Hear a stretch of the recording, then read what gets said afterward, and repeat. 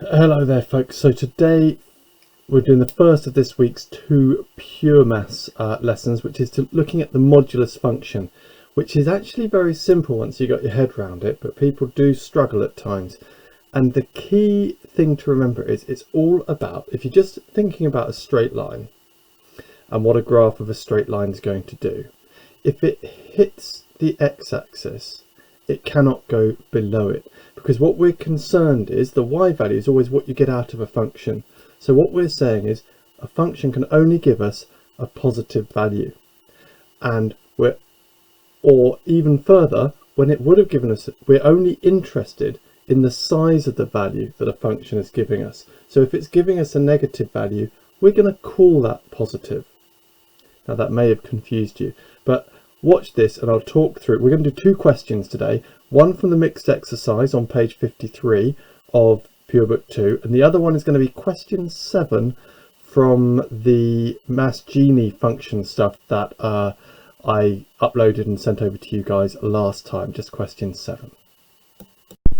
Now in many ways this makes more sense when you've got squares, so you can think about gradients. But the first one I'm going to do today, because in the exam you won't have the squares, I'm just going to do with blank paper. So we've got y is the modulus, this means the modulus of 12 minus 5x, and I think of this a bit like magnitude, because in mechanics we'll talk about the magnitude of something, of a vector, and we'll put those straight lines go round the outside, and that means the magnitude of it. And when you find the magnitude, you use Pythagoras, don't you, to find the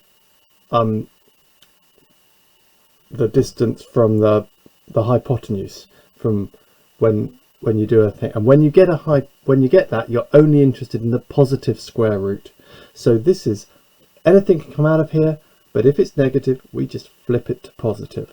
And then this one here is a normal one. We've got to sketch both of these on the same axes. So if I was sketching y equals 12 minus 5x, I know that it would cross the y-axis at 12.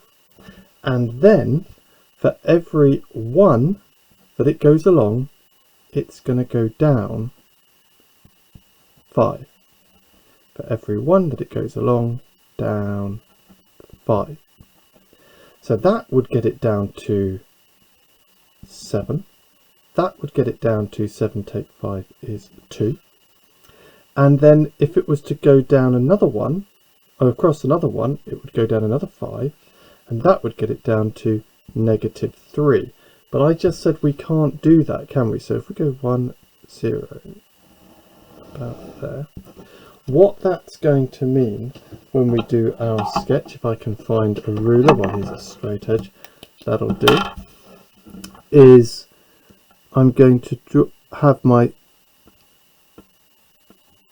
straight line doing that, but instead of continuing on down, it is then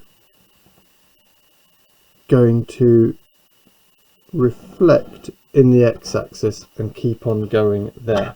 So that is going to be our y equals 12 take 5x. And whenever you do this, you should give the values of any points that hit an axis. So I've got 0, 12 there, and here what's this going to be? Well, it's going to be what gives us 0.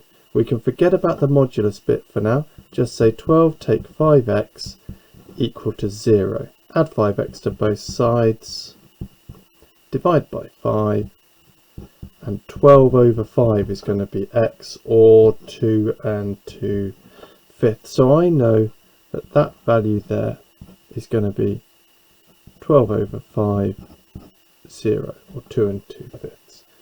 Right, now the other part it wanted us to plot was negative 2x plus 3, and you should all be able to do that quite happily. So it's going to have a y thing there, isn't it? So we're going to have 0, 3 is where it's going to cross the y-axis, and then it's going to have a gradient of negative 2, so across 1, down 2, to 1, across 1, down 2, and that is going to keep on happening because this isn't a modulus one, and so it's going to give us a graph looking about like that. Y equals negative 2x plus 3, and this value here is going to be when y is equal to 0, isn't it? So 0 equals negative 2x plus 3, add 2x to both sides, 2x is 3x is 3 over 2, or 1.5. So 3 over 2, 0. And this is a real key to part B, where it says state with a reason whether there are any solutions to the equation the modulus of 12 take 5x equals negative 2x plus 3. Well, we would always find that using simultaneous equations. Graphically, you can draw them and where they cross, isn't it? They don't cross. So you can say no solutions because the graphs do not cross, and that would be fine for that one. All right, so next we're going to have a little look at question 7. So here it is. Now, you won't have squared paper in the exam, but just to help understanding, in case you're struggling with this, this may help.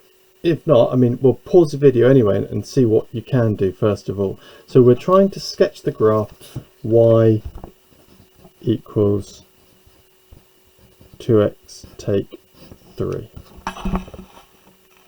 Now the first thing to do is just to sketch y equals 2x take 3. And that's simple enough, isn't it? You should be able to do that. So negative 3 will be where it crosses the y-axis. Go up 1, 2, 3 to there. Put my x-axis in, and my gradient is 2. So across 1, up 2, across 1, up 2, and that means that we're going to be crossing there at 1.5, doesn't it? And across 1 and up 2, and so on, and we can keep on going. So this is y equals 2x take 3, and the modulus of it is just going to be this line reflected so that we have no values below the x-axis. So at this point here we're going to reflect up. Now I'm going to make sure I get my points in the right place, because if that's exactly halfway, then that's going to reflect up to the same bit, and then we're going to have a gradient, instead of being 2, of being negative 2. And that's always going to happen, folks. Your gradient is just going to be turned negative, or if it's already negative, flipped to positive. So the final thing we're going to have is this: y equals modulus of 2x take 3, and we can just ignore what's below the line. And it does say state the coordinates where the graph cuts or meets the coordinate axes. So here this is going to be at 0, 3, and you'll notice that is the opposite number of that. Is that a coincidence? I don't think so. And this one here is going to be at 1.5, or 3 over 2, 0. Part B says the following. It says find the values of x which satisfy the modulus of 2x take 3 is smaller than 9. So if you draw y equals 2x minus 3 and y equals 9, you want all the bits that are, be careful with which way around it is, all the bits which are below that. So all that would mean is if I went up here 1, 2, 3, 4, 5, 6, 7, 8, 9 and drew across there, that is y equals 9. all of those would be, well, this looks like 2, 3, 4, 5, 6, and this looks like 1, 2, 3, negative 3. If I've drawn it right, it looks like it would be wherever we want. Which one do we want to be bigger? We want the 9 to be bigger, so the 9 is bigger between here and here. After that, our graph is getting bigger, so we would be saying it's in between. It's going to be bigger than negative 3, smaller than 6. However, they may ask you to show algebraically, and you don't have the squares, remember. So how do we work it out? Well, we work it out like this. The original graph, 2x minus 3, is this one, isn't it? So if I ignore that and just say 2x take 3 equals 9 and solve that, I should get that point there where they cross. So let's just do that. Add 3 to both sides gets us 2x equals 12. Divide by 2 gets us x equals 6. Bingo. The other one will be when it's been reflected, when the y value is actually the negative of what's happened there. So all we have to do for the other one is say it's going to be the negative of 2x take 3 being equal to 9 to find that point where they meet.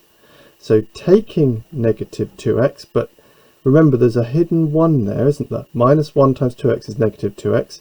Taking a negative is adding, or a negative times negative is a positive, so that gives us plus 3. Then we take 3 from both, or we can take 3 from both sides to give us 6, and then we can divide by negative 2 to give us negative 3, which is what we wanted there. So that has solved that. Right, a similar thing now for the final part. I would like you to have a go at the modulus of 2x take 3 being smaller than x plus 1. So pause the video, make a sketch of x plus 1 as well to help you, and then see how I go through it. So I'm going to draw y equals x plus 1 first of all. Y equals x plus 1 is going to go through there, isn't it? And it's got a gradient of 1. So we are talking about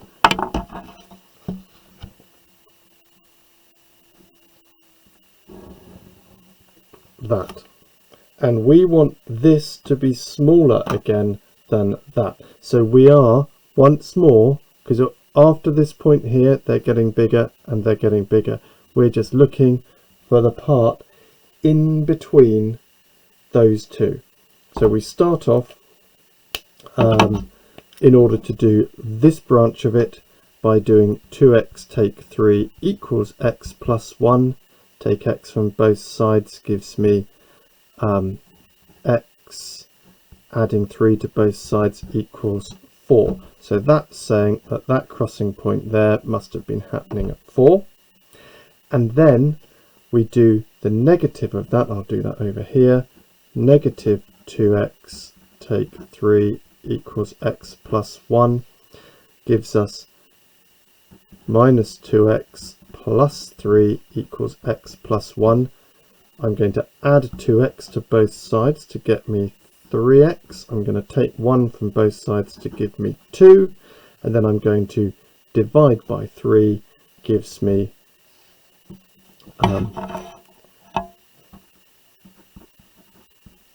x being 2/3. So our zone at which our modulus is below the straight line is going to be in the middle. So it's bigger than 2/3 and smaller than 4.